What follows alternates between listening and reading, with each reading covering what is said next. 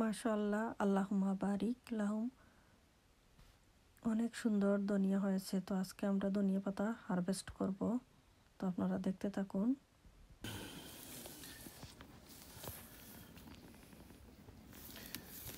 আজকে জুনের 20 তারিখ ধনিয়া পাতা হারভেস্ট করলাম 2024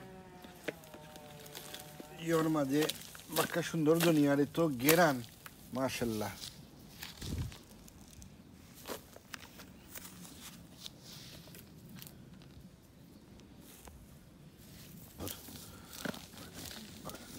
মাটির তো কোনটা নাই তাই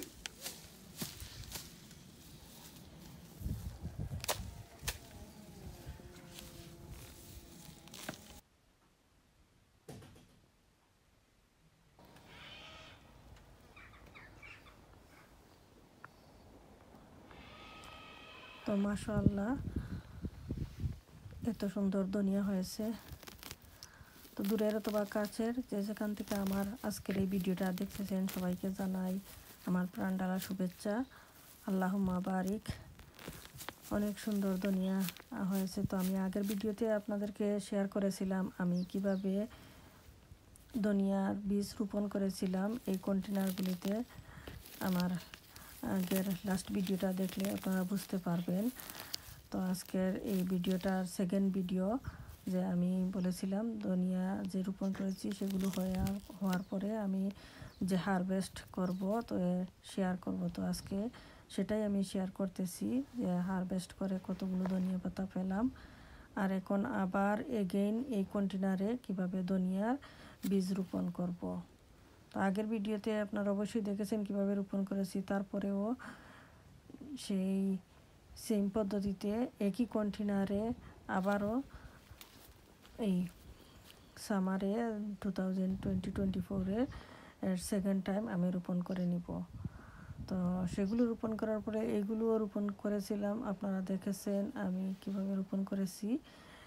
তো মাশাআল্লাহ, মাটিতেও হয়েছে অনেক সুন্দর ধনিয়ার গাছ।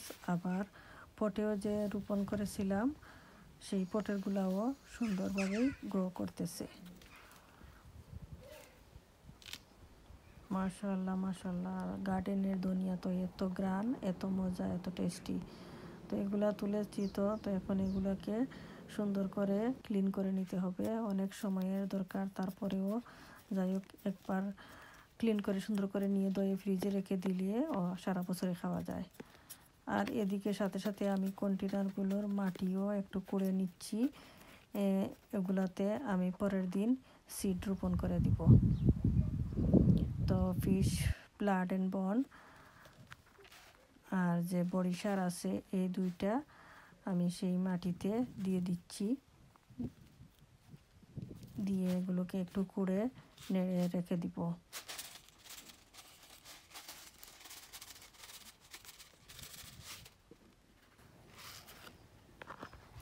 আমার ফার্স্ট টাইম শেষ, এখন সেকেন্ড টাইম আবার রোপণ করে দিব এই কন্টেনারে। আর আসলে কন্টেনারে অনেক সুন্দর ধনিয়া হয়, বারে বারে 3-4 বার ফেলে দিলে রোপণ করা যায়, বিচি ফেলে দিলে গাছ হয়ে যায়। তো যাই হোক, এগুলাকে আমি আবার গার্ডেনে বসেই সবগুলোর এই যে জড়গুলা ছিঁড়ে নিয়ে ক্লিন করে আর কি পরিষ্কার করেছি। পরিষ্কার করে এখন ধুয়ে নিচ্ছি, সিঙ্কের মধ্যে সবগুলো ফেলে দিয়ে ভালো মতো ওয়াশ করে নিচ্ছি। ওয়াশ করে নিয়ে এগুলোকে আমি কেটে নিব। আর এই যে দেখুন, ধনিয়ার বীজ আমি আগের দিন একদিন আগে ভিজিয়ে রেখেছিলাম।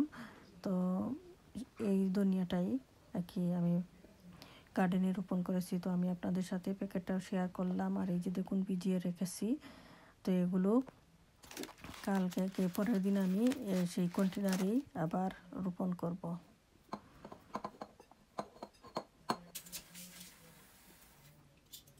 তো এগুলোকে এখন আমি কুচি কুচি করে কেটে নিয়ে ফ্রোজেন করে রেখে দিব। আর এভাবে ফ্রোজেন করে রেখে দিলে যখনই আমরা রান্না করব সাথে সাথে একটু কারিতে দিয়ে দিলেই হয়। এত গ্রান, এত ভালো। আসলে গার্ডেনের ধনিয়া পাতা দিয়ে যারা কারি রান্না করে খেয়েছেন, বাজারিগুলা দিয়ে সেই টেস্ট বা স্বাদ পাওয়া যায় না, তো আমিও পাই না। আমার গার্ডেনের গুলাই লাস্ট ইয়ার আমার ধনিয়া হয় নাই, কিন্তু আমার কাছে ভালো লাগে নাই। আমি প্রতি বছরই অনেক বছর ধরে আমার ধনিয়া হচ্ছে গার্ডেনেই, আমি গার্ডেনের গুলা খেয়ে ইউজ টু। তো যাই হোক, দিস ইয়ার আমি ভালো মতোই হার্ড ট্রাই করতেছি যে আমার গার্ডেনের ধনিয়া পাতা আমি হলে ভালো হয়, খাবারে স্বাদটা মিলে টেস্টি হয়। তো এই জন্য আমি বারে রোপণ করতেছি। তো এখন সেকেন্ড টাইম আবার রোপণ করে নিচ্ছি সেই মাটিতে। আর সেই মাটিগুলোতে আমি কিছু চিকেন ম্যানুরও দিয়েছি, দিয়ে এই যে দেখুন খুবই ইজিভাবে সহজভাবেই, এত হার্ড কিছু না, ধনিয়ার বীজ ফেলে দিয়েছি। দিয়ে আবারও সেই পুরান মাটি আর সাথে এখন উপরে নতুন কিছু মাটিও দিয়ে দিলাম, দিয়ে একটু একটু করে চেপে বসিয়ে দিব।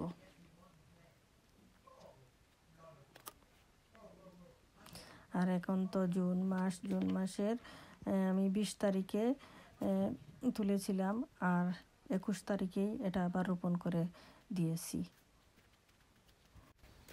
নতুন গার্ডেনার ভাই বোনদের জন্য জানা থাকলে তো ঠিক আছে, আর না জানা থাকলে এটা ফলো করে আপনারাও ওইভাবে রোপণ করতে পারেন। এখনও সিজন আছে রোপণ করার। তো সবার কাছে যদি ভালো লেগে থাকে তাহলে শেয়ার করবেন বেশি বেশি করে। ভালো থাকুন, আসসালামু আলাইকুম, আল্লাহ হাফেজ।